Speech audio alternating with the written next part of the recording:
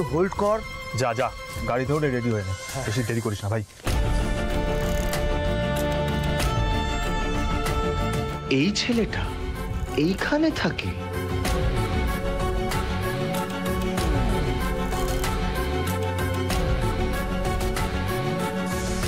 ওকে চল ভাই, সাবধানে যা, আর আজকের দিনটা খুব এনজয় কর ভাই।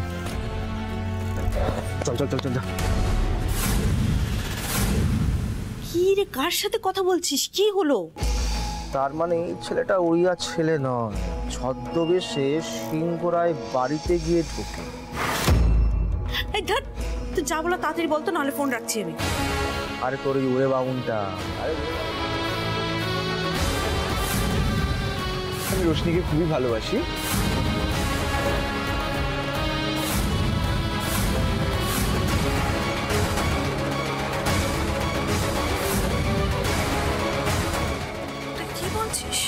এই ছেলেটার এত বড় সাহস, এতদিন ধরে আমার চোখে ধুলো দিয়ে বাড়িতে জাঁকিয়ে বসে আছে। তার মানে দিনের পর দিন ইচ্ছে করে জেনে বুঝে আমাকে হ্যারাস করছে।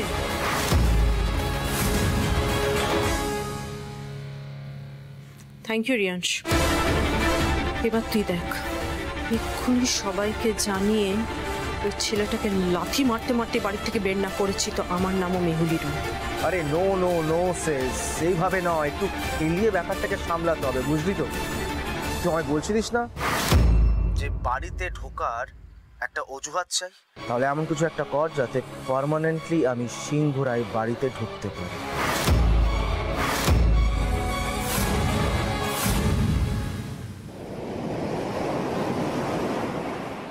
জানো তো, ঝিলিক ফোন করেছিল, কি বলছে জানো?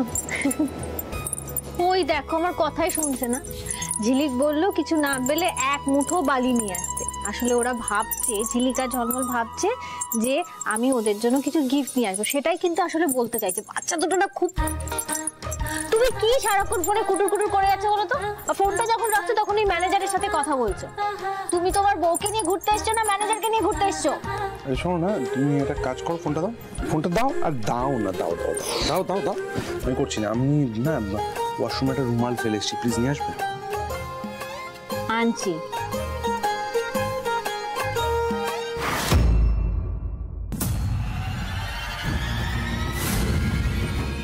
ওমা, কারেন্ট চলে গেল তো।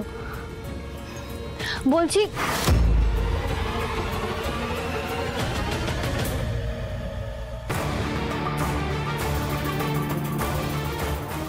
কি ঘরে নেই নাকি বেরোলো কোথাও? কি গো শুনছো? শিগগির বেরিয়ে যা। যাবে সব থুয়ে যাবে তো, সমুদ্রের পেটে চলে যাবে, যাও চলে যা। অগ্নিদেব, কি গো তুমি কোথায়? কতক্ষণ তুমি তোমাকে খুঁজছি, আমার কিন্তু আর ভালো লাগছে না। অন্ধকারের মধ্যে কোথায় খুঁজবো আমি? এবার কিন্তু আমার খুব ভয় করছে। তুমি কোথায়, একটু সাড়া দেবে? কি গো?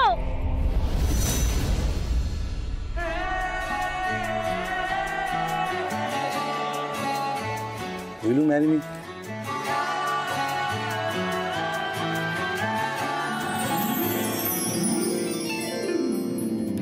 হ্যালো, এত সুন্দর করে তোমাকে প্রপোজ করলো, তুমি কিন্তু আনসারটা দাও। না, আমি উত্তর দেব না। আচ্ছা তুমি বলো, এরকম কেউ করে? আমার প্রাণটা প্রায় যায়। সরি, এভাবে বলো না। হ্যালো, এই দেখো, সারপ্রাইজ দিতে হলে একটা সাসপেন্স তৈরি করতে হবে। আমি শুধু সাসপেন্সটা তৈরি করেছি, তবে তো সারপ্রাইজ হবে। সারপ্রাইজটা একটা ইম্প্যাক্ট থাকতে হবে তো, নাকি? বৌদি প্লিজ এবার উত্তরটা দিয়ে দিন। প্লিজ আলো, কিছু বলো, নাহলে রুদ্র কিন্তু খুব কষ্ট পাবে।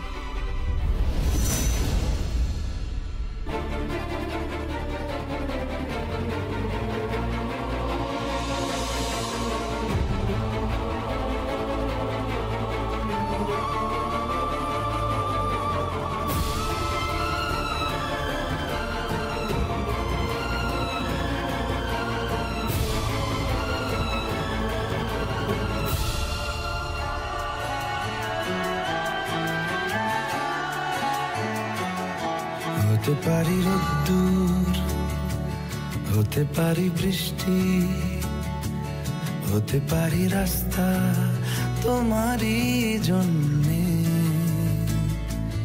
হতে পারি বিয়ে তো আগেই হয়ে গেছে, হতে পারি তবে এটা বলতে পারি আগামী 7 জন্ম আমি শুধু তোমারই জন্যে, হতে পারি গল্প তুমি কাছে টানলে, হতে পারি জানলা এ হাওয়া ও তোমার কারণে, শুধু তুমি চাও যদি সাজাবো আবার নদী, শুধু তুমি চাও যদি সাজাবো আবার নদী। জানিস এখানে মোহনার কাছে একটা শিবের মন্দির আছে। আমি শুনেছি শিব পার্বতী তাদের প্রথম বিবাহবার্ষিকীতে এখানে এসেছিল। কোনো কাপেল যদি তাদের অ্যানিভার্সারিতে এসে আবার নতুন করে বিয়ে করে তাদের আর কেউ আলাদা করতে পারে না। কি গো, কাল সকালে নিয়ে যাবে তো? ম্যাডাম যখন বলেছেন তখন তো নিয়ে যেতেই হবে। আচ্ছা 1 মিনিট, তখন থেকে তো তোমরা শুধু কথাই বলে যাচ্ছ। আরে এই রুমেলা, আচ্ছা আলো একটু চলো তো দেখি। আচ্ছা আসছি না।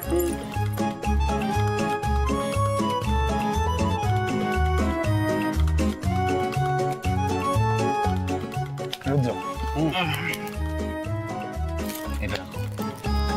এটা কি? এটাকে বাংলায় বলে কারণ সুধা। সর্বনাশ করেছে, আমি নিতে পারবো না। কেন? না তুমি ধরো ধরো। আরে এটা তো গিফট হিসেবে। হ্যাঁ গিফট হিসেবে এনেছো বুঝতে পারছি, কিন্তু তুমি বুঝতে পারছো না। আমার বউকে দেখে খুব শান্তশিষ্ট মনে হচ্ছে তো। ও যদি একবার দেখে না নেশার জিনিস ধরেছি, তখন ওই রুদ্র রূপ একেবারে ধারণ করবে। তুমি কি ভাবছো? হ্যাঁ, তোমার এই বান্ধবী কিছু কম? কলেজ লাইফ হোক এরকম ছিল, তুমি তো ভালো করেই জানো। বিয়ের পরে ও কিন্তু আরো পর্যাল হয়ে গেছে। যাই হোক, শোনো, তুমি এটা রাখো প্লিজ। এইখানকার মানুষের তৈরি ড্রিঙ্ক অসাধারণ খেতে, তুমি খেলে এটা বুঝতেই পারবে না যে এটা হার্ড ড্রিঙ্ক। আমি তো ভাবতেই পারিনি এইসব পরিকল্পনা করেছে, জানিস?